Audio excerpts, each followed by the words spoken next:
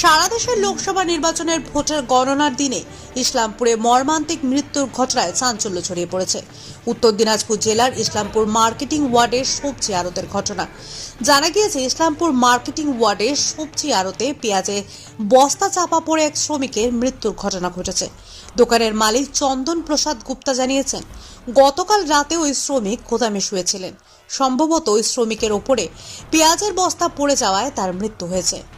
সকালে এসে দোকান খুললে দেখা যায় পেঁয়াজের বস্তা পড়ে রয়েছে এবং শ্রমিক সেখানে মৃত অবস্থায় পড়ে রয়েছে।